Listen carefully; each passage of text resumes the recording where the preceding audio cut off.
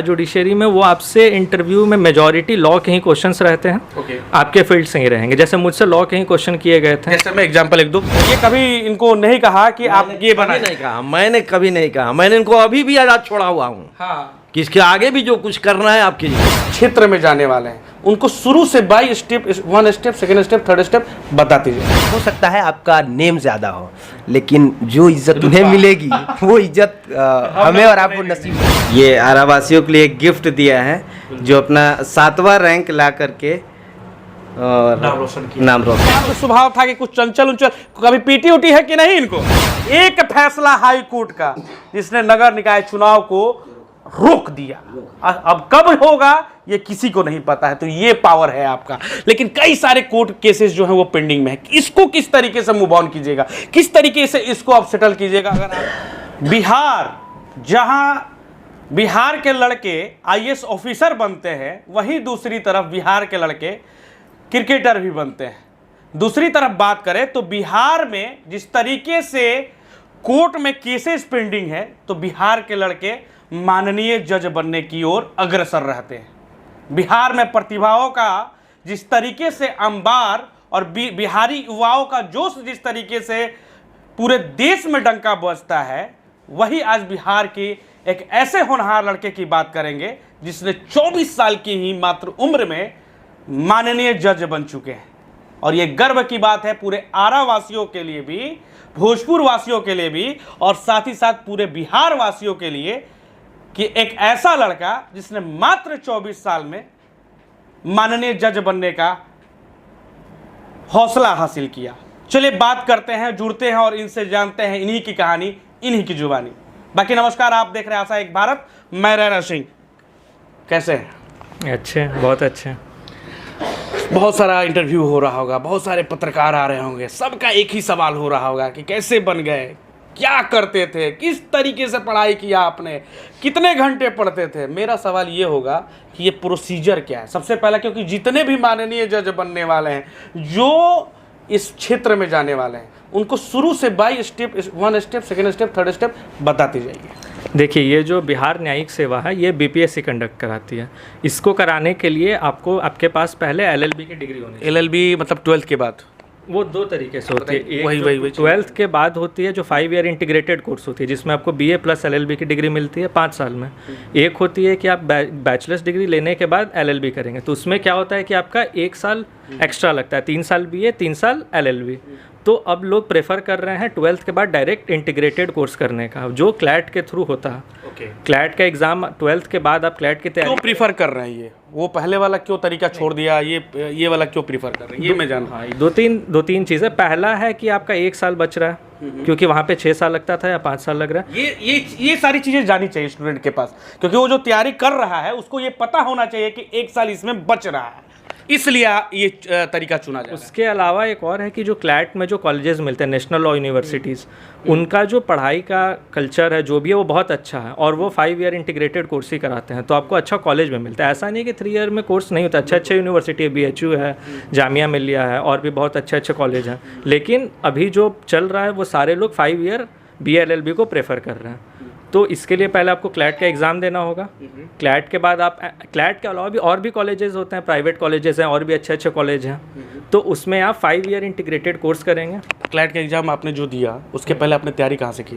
उसके लिए मैंने तैयारी घर पे ही की थी 12th में। मतलब वो घर से हो जाएगा, ये भी लोगों को पता होना चाहिए कि घर से भी कर सकते हैं वो। मतलब आप सेल्फ स्टडी से भी कर सकते हैं, लेकिन हाँ, अगर आपको कोई भी सब्जेक्ट में किसी में प्रॉब्लम है तो आप कोचिंग भी ले सकते हैं। ऐसा नहीं है कि घर से हो ही जाएगा, बट हाँ, अगर आपको ज़रूरत है तो आप कोचिंग ले सकते हैं। कोविड का पीरियड था आपका ना? नहीं, अभी तो वो तो पहले हुआ होगा 5 साल का, उसके बाद आप इधर आए होंगे। ठीक है। हाँ, तो 12th के बाद फिर आप क्लैट का एग्ज़ाम देंगे।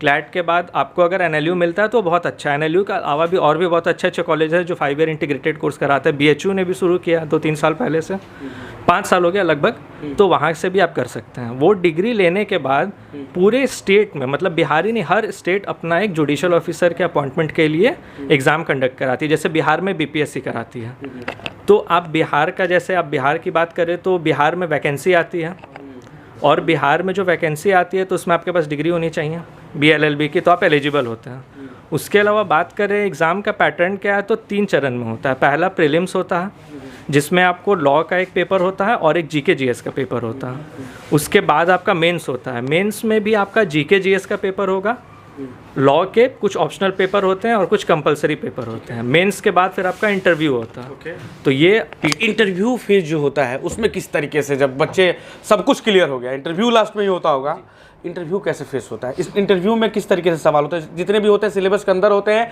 या फिर आपका जो भी डेली करिकुलम एक्टिविटी जो होता है उससे भी सवाल पूछे जाते हैं? देखिए, जैसे जो ट्रेंड चला रहा है बिहार जुडिशरी में, वो आपसे इंटरव्यू में मेजॉरिटी लॉ के ही क्वेश्चंस रहते हैं। आपके फील्ड से ही रहेंगे। जैसे मुझसे लॉ के ही क्वेश्चन किए गए थे। जैसे मैं एग्जाम्पल एक दो, मेरे से कॉन्स्टिट्यूशन और क्रिमिनल लॉ से कुछ क्वेश्चन हुए थे इंटरव्यू में। तो ऐसा नहीं है कि बहुत वो वाइड है, वो लॉ के ही सब्जेक्ट से आपसे क्वेश्चन किया जाता है इंटरव्यू में। इंटीरियर पार्ट ऑफ लॉ के ही ये बिहार पे आपके जो भी सवाल होंगे जवाब, हाँ, लॉ पे ही होता है वहाँ पे। उसके बाद फिर इंटरव्यू क्लियर करने के बाद आपका फिर वो आपका मेरिट लिस्ट आएगा। उसके बाद आपको फिर जज बन जाएंगे। माननीय जज साहब के बगल में बैठे हुए हैं, गर्व की बात है। और हमारी मतलब इनकी माँ पिताजी यहाँ पे बगल में है और ये क्षण जो है इनसे बयान कराना जो है वो काफ़ी मुश्किल होगा हम लोगों के लिए, क्योंकि इतना खुशी है अभी कि हमारे बेटे ने इतना बड़ा नाम रोशन किया। और ये डीएवी पब्लिक स्कूल के हैं, हमारे ही एक क्लास जूनियर, यानी कि 2012 बैच, हमारा 11 था।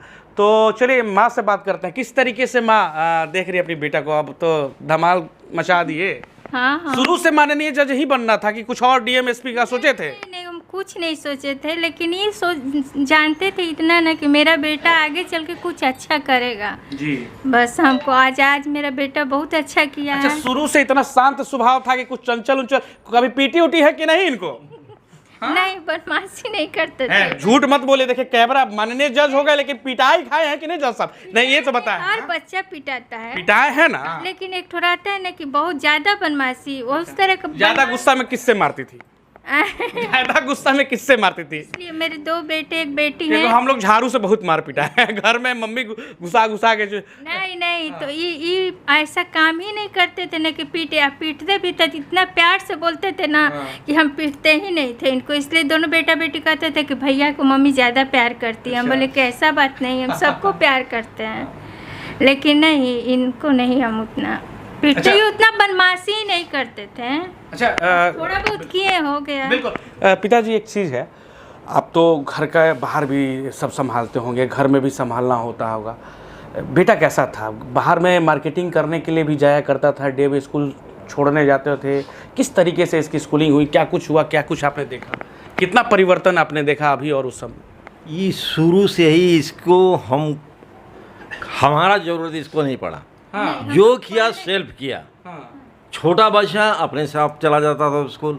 हमको आज के पीते लोग जाते हैं स्कूल छोड़ने के लिए, आज तक हमको इसकी नौबत ही नहीं पड़ी। नहीं, दादा दादी बचपन में जाते थे छोड़ने, आराम से जाता था। मैं इसके साथ कभी नहीं रहा, हमेशा सेल्फ अपने काम करते रह गया। हमने इसको पूरी आज़ादी से छोड़ी के जो करना है तुमको जो करो। बिल्कुल, ये होता है एक गार्जियन का कर्तव्य, जो इन्होंने बताया, सिखाया उन गार्जियनों को भी कि जो करना है वो करो, थोपेंगे नहीं हम।